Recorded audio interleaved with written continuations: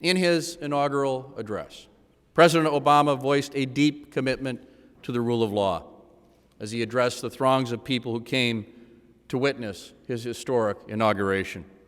He said, "As for our common defense, we reject as false the choice between our safety and our ideals."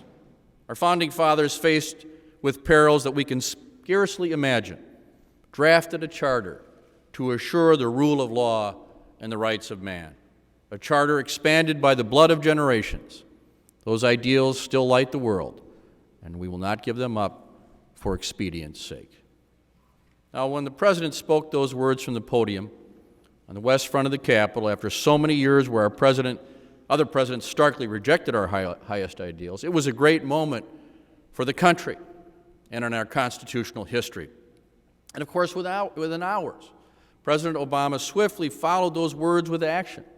In short order, he signed orders to close Guantanamo, suspend the military commission system, subject all interrogations to the guidelines in the Army Field Manual, end long-term CIA detentions, require humane treatment of detainees consistent with the Geneva Conventions, and guarantee that the International Committee of the Red Cross have access to all prisoners held by the U.S. government. And he announced a return to the presumption of the FOIA, Freedom of Information disclosure rules, under the Clinton administration. So, it's the beginning of change that is long overdue.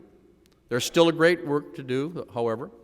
For instance, I am very concerned that the Obama administration has decided to invoke the state secrets privilege in a case challenging the previous administration's warrantless wiretapping program.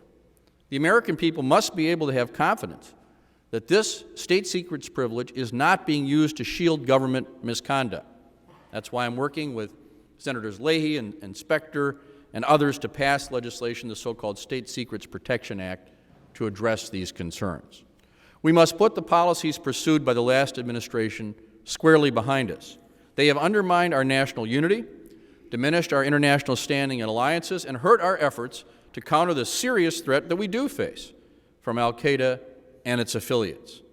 By putting policies in place that accord with basic American principles, we can strengthen our national security as well. Today, we know that we can take neither our security nor our liberties for granted. We must fight for both. The responsibility to make this fight does not rest with any individual or single branch of government, but with every branch of government and with all of us as a people. And that idea of our collective responsibility, of course, expands beyond our borders, beyond our role as American citizens. It is that collective conscience that has brought so many people in the United States and around the world together to call for the end of the mass killing in Darfur. Genocide and mass killings are among the greatest stains on our collective conscience. Yet, these horrific acts still occur far too often, despite widespread condemnation each time, and of course, the promises of never again.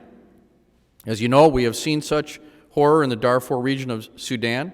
Iraq has been a strong voice in calling for an end to this tragedy and in mobilizing the nation to try to take action to try to stop it. And I do want to say that I believe that the activism of the reform groups and others, combined with other groups that I remember at the critical time, to me was the key factor in getting this issue into the consciousness of enough members of Congress, including a guy named Barack Obama, who joined with us so that this issue really could move. You did have that impact. It is a serious accomplishment.